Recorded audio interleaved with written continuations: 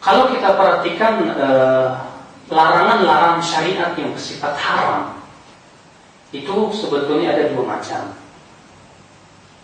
Ya, larangan-larangan syariat yang bersifat haram itu sebetulnya ada dua macam. Yang pertama, haram secara zatnya. Yang pertama apa? Haram secara zatnya. Contohnya apa, Pak? Haram secara zatnya contohnya apa? Zat perbuatan dan zat ain apa? Zat materinya itu. Zina, mencuri, minum arak, ya, berjudi, itu zatnya haram. Yang kedua, haram karena menjerumuskan kepada dosa. Haram karena menjerumuskan kepada apa? Dosa yang disebut dengan istilah saddan lid-dari'ah. Diharamkan karena untuk tidak yang menjerumuskan kepada dosa. Contohnya bahwa memakai sutra buat laki-laki. Kenapa? Kenapa Allah dan Rasulnya melarang laki-laki memakai sutra? Supaya tidak menyerupai perempuan.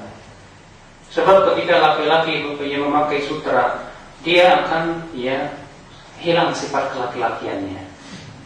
Ya, karena lembutnya sutra tersebut. Ya. Di antaranya apa? Ikhtilat, bercampur baur antara laki-laki dan perempuan, berdua-duaan antara laki-laki dan wanita yang bukan mahram. Diharamkan. Kenapa? Karena bisa menjerumuskan kepada zina. Nah, sesuatu yang diharamkan secara zatnya berbeda dengan sesuatu yang diharamkan karena bisa menjerumuskan kepada dosa. Apa perbedaannya kata para ulama? Bedanya, kalau yang diharamkan secara zatnya boleh kita lakukan hanya ketika darurat saja. Boleh kita lakukan hanya ketika apa? Darurat saja. Makan bangkai haram secara zatnya tidak. Bangkai itu sendiri zatnya haram kan? Haram. Boleh kita makan? Kalau kita lagi butuh, boleh. Tapi kalau kita darurat, di mana tidak ada lagi makanan lain, kalau kita tidak makan bangkai menyebabkan kita mampus, menyebabkan kita binasa, maka pada waktu itu silakan Anda makan bangkai untuk jadi sementara jadi Sumanto, tidak masalah. Adapun yang haram karena menjerumuskan.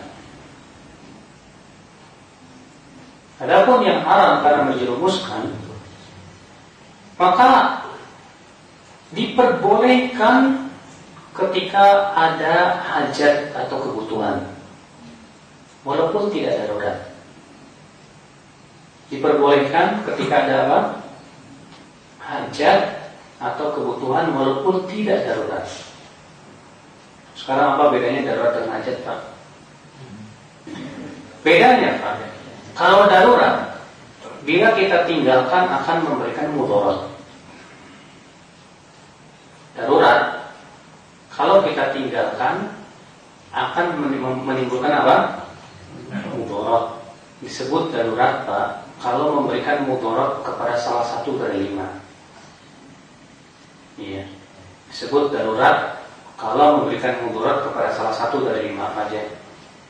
Agama, nyawa, harta, akal, dan keturunan. Yang disebut darurat. Contohnya, kalau Bapak tidak makan bangkai sementara tidak ada makan yang lain, mati Bapak.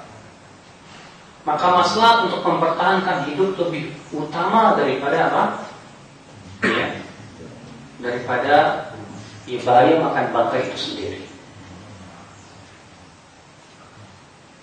Sedangkan hajat itu kebutuhan, walaupun kalau kita tinggalkan tidak akan menimbulkan mudarat. hajat, ya kalau kita tinggalkan tidak akan menimbulkan apa? Mudarat. Sebuah contoh, kalau kita berada di puncak yang sangat dingin, kalau kita tidak pakai jaket, ya kita bakal binasa. Berarti itu darurat apa hajat? Darurat. Kita pakai jaket. Udah pakai jaket, masih kedinginan, tapi tidak akan binasa.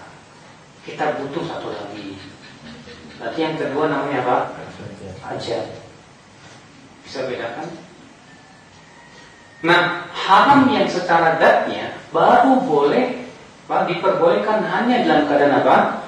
Darurat. Sedangkan ya haram yang bisa menjerumuskan itu boleh walaupun ada hajat, tidak darurat.